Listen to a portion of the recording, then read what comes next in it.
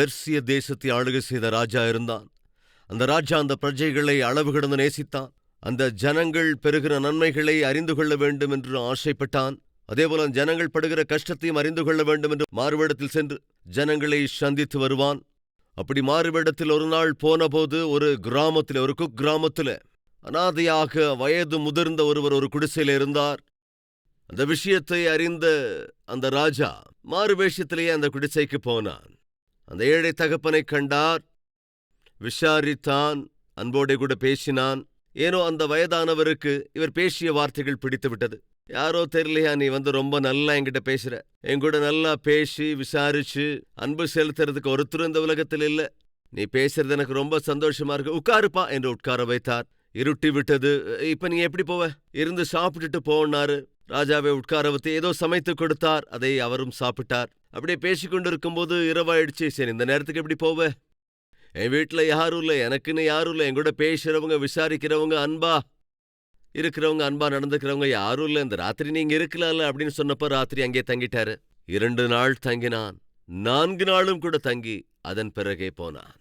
சில நாட்கள் கடந்த பிறகு அந்த ராஜாவுக்கு இந்த தாத்தா ஞாபகம் வந்தது. சரி, எப்படி இருக்காருன்னு பார்க்கலாம் என்று சொல்லி அந்த ராஜா மறுபடியும் வரும்போது மாறு வேடத்தில் அல்ல, ராஜாவாக, அந்த தேசத்தை ஆளுகிற ராஜாவாக ரதத்தில் வந்து அந்த குடிசைக்கு முன்னால் இறங்கினான். அப்படி வந்து இறங்கிய போது அந்த குடிசையில இருந்து தாத்தா வெளியே வந்தாரு.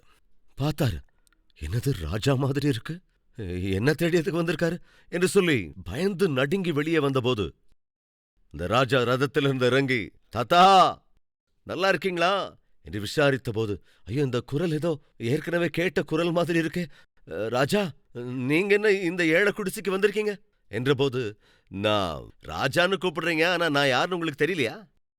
அதான் குழப்பமா இருக்கு, ராஜான்னு தெரியும், ஆனா உங்க குரலை நான் கேட்ட மாதிரி இருக்கு. என்ன தாத்தா அதுக்குள்ள மறந்துட்டீங்க? நான் தான் தாத்தா. 4 நாள் வந்து உங்க குடிசையில உங்க கூட தங்கி இருந்து ஒன்னா கஞ்சி குடிச்சமே, உங்க கூட இந்த திண்ணையிலேயே படுத்து தூங்குனே, உங்க அன்பை நான் பெற்றுக்கிட்டேன், என் அன்பை உங்களுக்கு கொடுத்தேன். ஐயோ, அன்னைக்கு வந்த அந்த நபர் நான் தான் தாத்தா. உங்களுக்கு என்ன வேணுமோ சொல்லுங்க, இந்த ராஜ்யத்துல நீங்க என்ன கேட்டாலும் அதை உங்களுக்கு கொடுக்கணும்னு தான் வந்திருக்கேன். சொல்லுங்க, உங்களுக்கு என்ன வேணும்? அப்ப அந்த தாத்தா சொன்னாரு, ராஜா, யாருக்காவது வெள்ளி வேணும்னு கேட்டா அவங்களுக்கு வெள்ளி கொடுங்க, யாருக்காவது பொன் வேணும்னு கேட்டா அவங்களுக்கு நீங்க பொண்ணை கொடுங்க, யாருக்காவது ஆடைகள் நெல்ல புலன் வேணும்னு கேட்டா அதெல்லாம் அவங்களுக்கு கொடுங்க. ஆனா என்ன பொறுத்த வரைக்கும் இவங்க எல்லாவற்றையுமான மேன்மையானதை நீங்க கொடுத்துட்டீங்க. நான் என்ன தாத்தா உங்களுக்கு கொடுத்தேன்?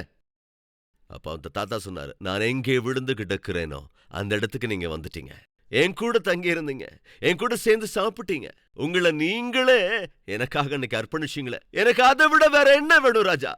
அதனால உங்களுடைய பரிசுகளை விட உங்கள் அன்புதான் பெரியது.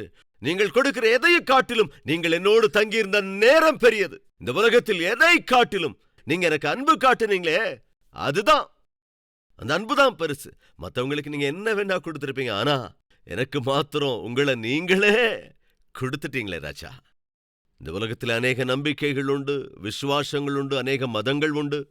அவரவர் நம்புகிற தெய்வங்கள் அவர்களுக்கு என்ன தருகிறார்களோ எனக்கு தெரியாது. ஆனால் அன்பு சகோதரனே, சகோதரியே, நான் சொல்லுகிறேன், நான் சேவிக்கிற என் தேவன் எனக்காக தம் உயிரையே கொடுத்தவர், தம்முடைய உயிரையே தியாகமாக தந்து என்னை ரட்சிப்பதற்காக, என்னை மீட்டெடுப்பதற்காக தம்முடைய எல்லாவற்றையும் தானம் செய்த தேவன் நான் சேவிக்கிற தேவன். இதை விட வேற என்னங்க வேணும் எனக்கு?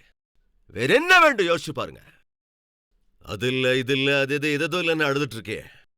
இந்த அழுகையெல்லாம் இங்க இருக்கிற அந்த டெம்பரரி தானே, இந்த உலகத்தில் வாழ்கிற அந்த அற்ப காலம் தானே. ஆனால் அதற்கு பிறகு யுக யுகமாய் நீ அந்த தேவன் இருக்கின்ற அவருடைய ராஜ்யத்துல வாசம் பண்ண போகிறாய். அங்கே கண்ணீர் இல்லை, அங்கே பசி இல்லை, அங்கே தாகம் இல்லை, அங்கே வியாதிகள் இல்லை, அங்கே கடனும் இல்லை, எந்த கஷ்டங்களும் இல்லை.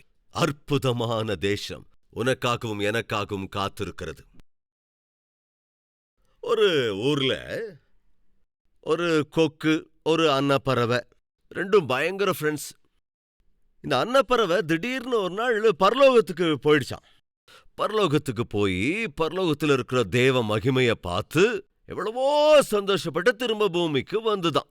பூமிக்கு வந்ததுக்கு அப்புறம் இந்த கொக்கு மாப்பிள பரலோகம் எவ்வளவு அற்புதமா இருக்கு தெரியுமா? பரலோகத்துல தேவனோட மகிமை எவ்வளவு அற்புதமா இருக்கு தெரியுமா? பரலோகத்துல தேவன் எவ்வளவு அற்புதமா இருக்காரு தெரியுமா? பரலோகத்துல சொல்லி அந்த அன்னப்பறவை சொல்லிக்கிட்டு இருக்கும்போது இந்த கொக்கு கேட்டுச்சா, அங்க நெத்திலி மீன் இருக்குதா, அங்க வாழை மீன் இருக்குதா? சி, ஒண்ணுக்கு உதவல. புத்தி வேற எங்கேயாவது போதா பாரு. உனக்காக எனக்காக பரலோகத்திலே தேவன் எந்த குறையும் இல்லாத ஒரு அற்புதமான வாசஸ்தலத்தை உண்டாக்கி வைத்திருக்கிறார். நீயும் நானும் வாசம் பண்ணுவதற்கான வாசஸ்தலத்தை உண்டாக்கி இருக்கிறார். அவர் சீக்கிரமாய் வந்து உன்னையும் என்னையும் அந்த பரலோகத்திற்கு அழைத்து போவதற்கு எல்லா ஏற்பாடுகளையும் அவர் செய்திருக்கும் போது நீ என்ன கேட்டுக்கிட்டு இருக்க? உன்னுடைய எண்ணம் எதை நோக்கி இருக்கு? ஆண்டவரே, என் வாழ்க்கையில எது எப்படி நடந்தாலும் என்ன ஆனாலும் சரி, உம்முடைய பிள்ளையாகத்தான் வாழ்வேன். உம்முடைய சித்தம் மட்டும்தான் என் வாழ்க்கையில நடக்கணும். அதுதான் எனக்கு க்ஷேமம், எனக்கு ஆசீர்வாதம். ஜெபிக்கலாமா?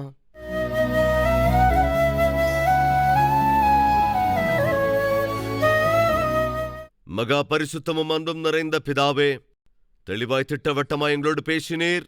ஆண்டவரே, புரிந்து கொண்டு உம்முடைய சித்தம்தான் என்னுடைய சித்தம், உம்முடைய விருப்பம்தான் என்னுடைய விருப்பம்.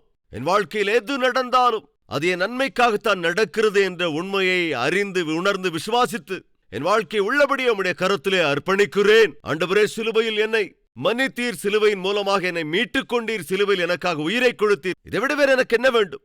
போதும் ஆண்டவரே என்பது போல உண்மையிலே அந்த அற்புதத்தை உணர்ந்து கொண்டு இது முதற்கொண்டு உமக்காக மாத்திரம் வாழ்கிற பாக்கியத்தை, உம்முடைய சித்தத்தை நிறைவேற்றுகிற பாக்கியத்தையும் ஆத்துமாக்களை ஆதாயம் செய்கிற கிருபையையும் அருள வேண்டும் என்று இயேசு கிறிஸ்துவின் நாமத்தில் வேண்டிக் கொள்கிறோம் பிதாவே.